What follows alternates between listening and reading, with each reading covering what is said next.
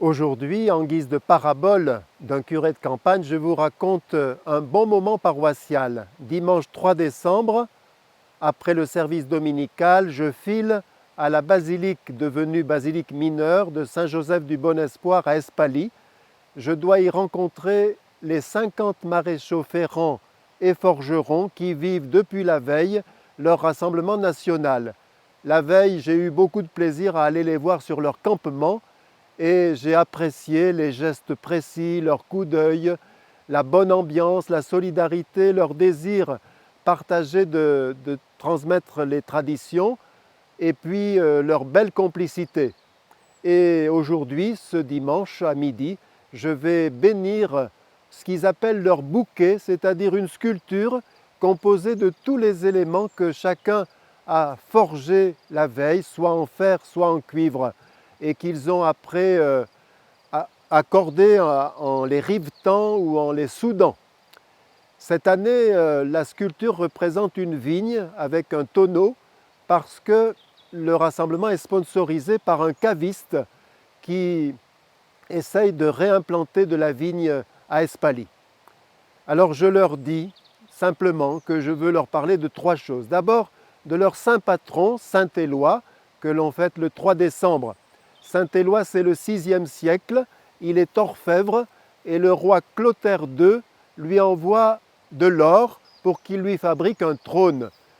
Comme saint Éloi n'a besoin que de la moitié, il renvoie l'autre au roi. Le roi est très touché par cette loyauté, ce geste d'honnêteté, et il le prend comme conseiller. Il va lui donner le poste de grand monétaire de France.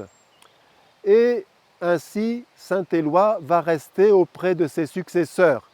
On se rappelle tous la chanson du roi Dagobert. Le roi Dagobert avait mis sa culotte à l'envers. Le bon saint Éloi lui dit: « Ô mon roi, votre majesté est mal culottée. » « Vous avez raison, lui dit le roi, je vais la remettre à l'endroit. » Et il est même devenu prêtre, il est même devenu évêque de Tournai-Royon. Et aujourd'hui, on ne compte pas le nombre de professions qui sont mises sous son patronage. Tous les métiers du fer, comme les maréchaux ferrants et les forgerons, mais également les mécaniciens de l'armée et aussi jusqu'aux paysans, aux agriculteurs.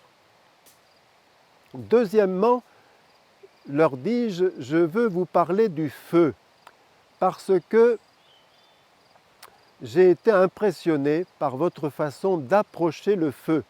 Vous travaillez à quelques centimètres des tisons et quand vous avez sorti le cuivre ou le fer de la fournaise, vous savez à quel moment, sans doute suivant l'aspect, suivant la couleur, à quel moment vous pouvez le toucher sans aucun gant, sans aucune précaution. C'est impressionnant.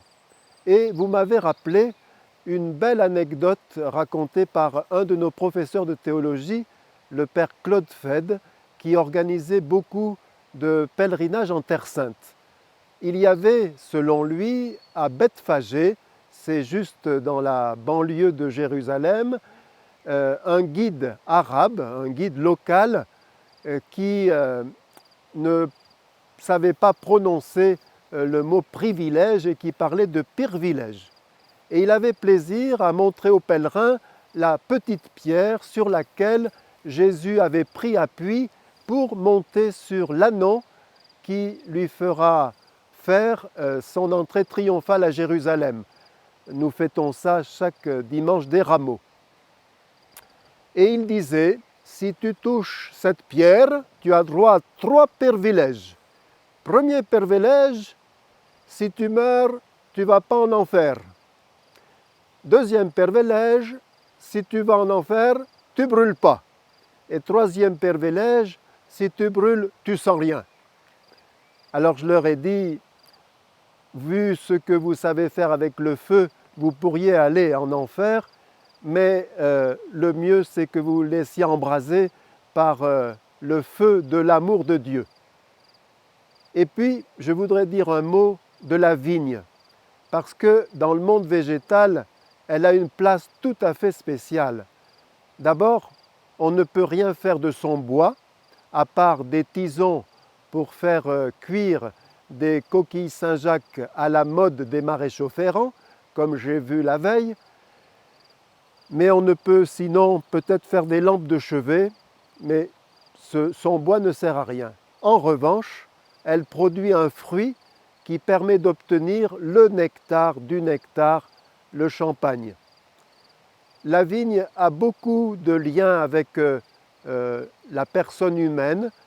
Par exemple, elle peut pousser dans des lieux vraiment caillouteux, très très pauvres, parce qu'elle peut plonger ses racines très loin dans les nappes phréatiques pour aller chercher l'eau dont elle a besoin.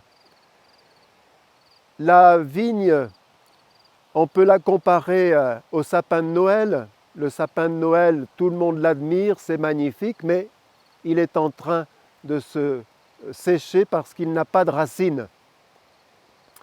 La vigne, il ne faut pas s'étonner que dans la Bible, elle ait une place spéciale, elle permet au Seigneur de dire son amour tout particulier qu'il a pour nous. La vigne aussi a besoin de beaucoup de soins et quelquefois de taille drastique, comme l'être humain qui a besoin d'être suivi, soigné, éduqué. Je leur ai raconté aussi ce que nous disait notre curé de mon petit village natal. Je l'avais entendu dire, quand Noé planta la vigne, il y mit 3 sortes de fumier. Du fumier de pinson, du fumier de bœuf et du fumier d'âne. Ce qui signifie que lorsqu'on boit un peu de vin, on devient gai comme un pinson. Quand on en boit un peu plus, on devient fort comme un bœuf. Et quand on en boit trop, on devient bête comme un âne. Bien sûr, concluait-il, il faut savoir trinquer le verre de l'amitié, mais il ne faut point laisser la raison au fond de la bouteille. Alors je suis sûr que Saint Éloi vous obtiendra tous ces privilèges. Le privilège de vivre comme vous le souhaitez vraiment dans l'honnêteté, la loyauté et la simplicité, le privilège de transmettre tous ces savoir-faire ancestraux que vous avez redécouverts et que vous entretenez, que vous souhaitez transmettre aux générations à venir, le privilège de vivre de l'amour de Dieu, le privilège de produire de bons fruits en son nom.